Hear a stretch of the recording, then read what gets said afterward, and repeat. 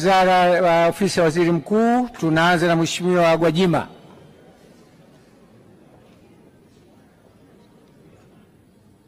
Mjadala. Lete nondo mzee. Asante sana. Asante sana Mheshimiwa Naibu Spika. Naomba na mimi nakushukuru kwanza wewe Mheshimiwa Naibu Spika kwa kunipa nafasi ya kuchangia hoja ya Ofisi ya Waziri Mkuu. Kwanza nimshukuru Mheshimiwa Rais Mama Samia Suluhu Hassan kwa namna anavyofanya kuwasaidia Watanzania, lakini pia nimshukuru Rais wa Zanzibar Mheshimiwa Hussein Mwinyi kwa namna anavyofanya kuisaidia Zanzibar.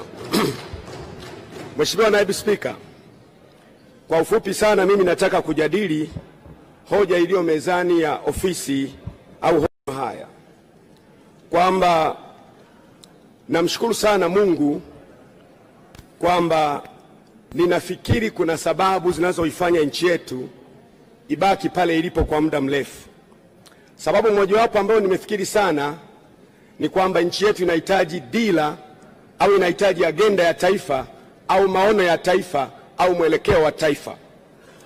Mheshimiwa Naibu Spika, dunia ina mataifa kama 197 hivi, lakini kuna mataifa 193 yanayokubalika na Umoja wa Mataifa. Kwa neema ya Mungu mimi nimewahi kufika zaidi ya mataifa 143.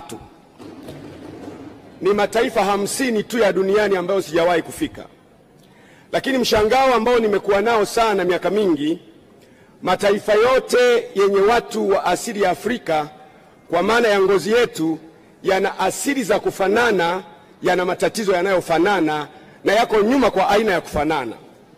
Swala hili limenifanya nijiulize sana, kwa nini mataifa yenye asili ya watu wa Afrika, whether Latin America, whether Afro Caribbean kwa maana ya Jamaica, Haiti na mengine, yana matatizo yanayofanana. Jambo moja nikagundua Mheshimiwa Naibu Spika, mataifa haya hayana maono ya muda mrefu yanayoifanya nchi iwe guided kiasi kwamba kila utawala unapoingia katika mamlaka ufate maono ya muda mrefu. Mheshimiwa Naibu Spika, simaanishi kwamba hakuna maono kabisa, lakini hebu nitoe mfano kidogo. United Arab Emirates wana mpango wa kuanzia mwaka 2050 mpaka 2117 kuhamishia makazi ya kwanza katika sayari ya Mars. Ni mpango wa taifa wa muda mrefu.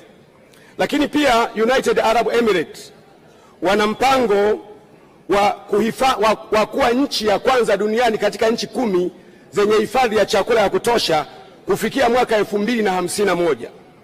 Lakini pia United Arab Emirates wana mpango wa taifa wa clean energy kuanzia 2020 mpaka 2030. Mheshimiwa Spika, Naibu Spika, hakuna taifa duniani lililoendelea bila mpango wa muda mrefu. Tusipokuwa na mpango wa muda mrefu, tutakuwa na kasi yetu ya maendeleo haitaenda kama inavyotakiwa. Niliwaza kwamba inawezekana labda tunashindwa kupanga mpango wa muda mrefu kwa sababu labda katiba haituruhusu au sheria haituruhusu. Nikasoma katiba ya Jamhuri ya Muungano wa Tanzania, ibara ya 63 kifungu cha 3C. Katiba ya Jamhuri ya Muungano wa Tanzania ibara ya 63 kifungu cha 3C inasema hivi: kwa madhumuni ya utekelezaji wa madaraka bunge laweza C, kujadili na kuidhinisha mpango wote wa muda mrefu au muda mfupi unaokusudiwa kutekelezwa katika Jamhuri ya Muungano na kutunga sheria ya kusimamia na utekelezaji wa mpango huo. Nikaona kumbe katiba yetu inaruhusu kwamba serikali inaweza kuleta mpango wa muda mrefu wa namna ambavyo Tanzania iwe miaka 50 ijayo, Tanzania iwe miaka 80 ijayo, ili kila utawala unaoingia madarakani ufate maono ya nchi ambayo nchi imejipangia. Mheshimiwa Naibu Spika, kuna hatari itatupata siku zijazo kwamba Ndiyo maana unasikia watu wanasema tunahitaji rais mwenye maono. Tunahitaji rais mwenye maono kwa sababu nchi haina maono. Tunahitaji nchi yenye maono ili kila rais anayeingia madarakani afate maono ya nchi tuliyoiweka. Ipo siku Mheshimiwa Spika, rais wa utaamini macho yetu. Mheshimiwa Naibu Spika, unakumbuka vizuri baada ya vita vya pili vya dunia, nchi za Ulaya zilifilisika kabisa. Ukiangalia Wamarekani wakaanza mpango unaitwa Marshall Plan. Marshall Plan, kipindi kile rais wa Marekani alikuwa Truman. Wakaanza mpango wa kuzisaidia nchi 17 za Ulaya Magharibi zilizokuwa zimefilisika kabisa. Nchi hizo wakazipa almost dola bilioni 13, ambayo ni bilioni 115 kwa sasa hivi. Lakini Marekani akawaambia kila nchi izalishe mpango wake wa muda mrefu na dira yake. Kila nchi kazalisha dira yake, mpango wake, na zikapewa hizo fedha. Hizo nchi zikatoka haziko kama sisi tulivyo. Sisi mpango tulionao sasa hivi ni kufikia 2026. Lakini ni maombi yangu Mheshimiwa Naibu Spika, nchi yetu tuipe dira.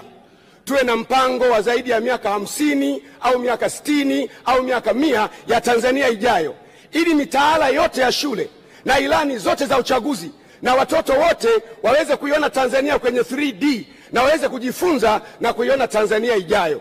Vinginevyo tutapoteza muda mwingi sana kwa kuzunguka pale pale na kufanya mambo yale yale. Nikupe mfano Mheshimiwa Naibu Spika.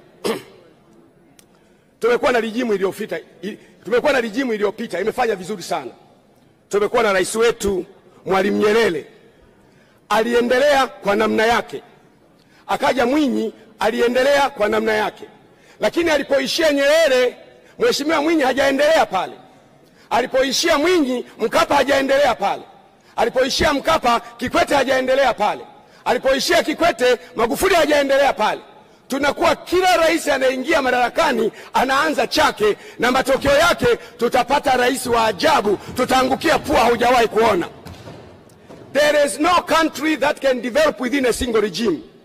Nchi zote zinazoendelea ni mwendelezo wa regime ya kwanza, regime ya pili, regime ya tatu. Na ili regime ibaki kwenye guidance, lazima yawepo maono ya taifa. Rais anayeingia madarakani ayatumikie maono ya taifa, sisi wananchi tuliona kama maono ya taifa. Mheshimiwa Naibu Spika, lazima tudefine kitu gani sisi tunakiita maendeleo. Tunachokiita maendeleo sisi sio lazima kiitwe maendeleo Marekani. Kwa mfano, tunaweza kuwa na namna yetu ya kusema kwetu sisi maendeleo Mheshimiwa Gwajima, sekunde 3 malizia. Kwetu sisi maendeleo kila mtu awe na maji safi. Kwetu sisi maendeleo tuwe na hospitali. Kwa Mheshimiwa Spika, ninaomba kusema ni muhimu sana nchi yetu iwe na dira ya taifa na maendeleo ya taifa, ili kila rais anayeingia madarakani awe mzuri, awe wa namna gani, asimamie maono ya nchi tuliyoiweka, wala sio maono yake mwenyewe. Asante sana Mheshimiwa Spika, naomba kuunga mkono hoja. Sasa Mheshimiwa Silo, jiandae Dastan Kitandula.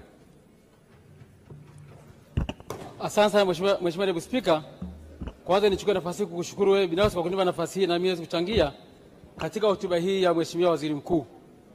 Mheshimiwa Naibu Spika, nimpongeze Mheshimiwa Samia Suluhu Hassan, Rais wa Jamhuri ya Muungano wa Tanzania, kwa kazi kubwa anayofanya taifa letu, na sisi waheshimiwa wabunge ni mashahidi kwamba kuna kazi kubwa inafanyika katika majimbo yetu kwenye miradi mbalimbali ya maji, afya na kadhalika. Mheshimiwa Naibu Spika, nimpongeze Mheshimiwa Makamu wa Rais, lakini kipekee pia nimpongeze Mheshimiwa Kassim Majaliwa, Waziri Mkuu wa Jamhuri ya Muungano wa Tanzania, kwa kazi kubwa anayofanya kusimamia miradi mbalimbali ya serikali, pamoja na hotuba yake nzuri aliyotoa tarehe 6 mwezi huu katika bunge lako tukufu. Bajeti ambayo inaonyesha mwelekeo wa serikali kwa mwaka fedha 2022-2023. Mheshimiwa Naibu Spika, katika kuchangia kwangu nitajielekeza katika maeneo makubwa matatu. Eneo la kwanza Mheshimiwa Naibu Spika ni eneo la kilimo, eneo la pili eneo la migogoro ya ardhi, na tatu ni ujenzi au uwekezaji katika balozi zetu nje ya nchi. Mheshimiwa Naibu Spika, naomba nianze na sekta ya kilimo. Mheshimiwa Naibu Spika, ni kweli kwamba tunafahamu sekta hii ya kilimo imeajiri wa Tanzania nguvu kazi zaidi ya 65%. Na Mheshimiwa Naibu Spika, 90% ya hao walioajiriwa na sekta hii ni wakulima wadogo na wakati ambao bado Mheshimiwa Naibu Spika hawana uwezo wa kupata mikopo katika benki mbalimbali ikiwemo benki yetu ya kilimo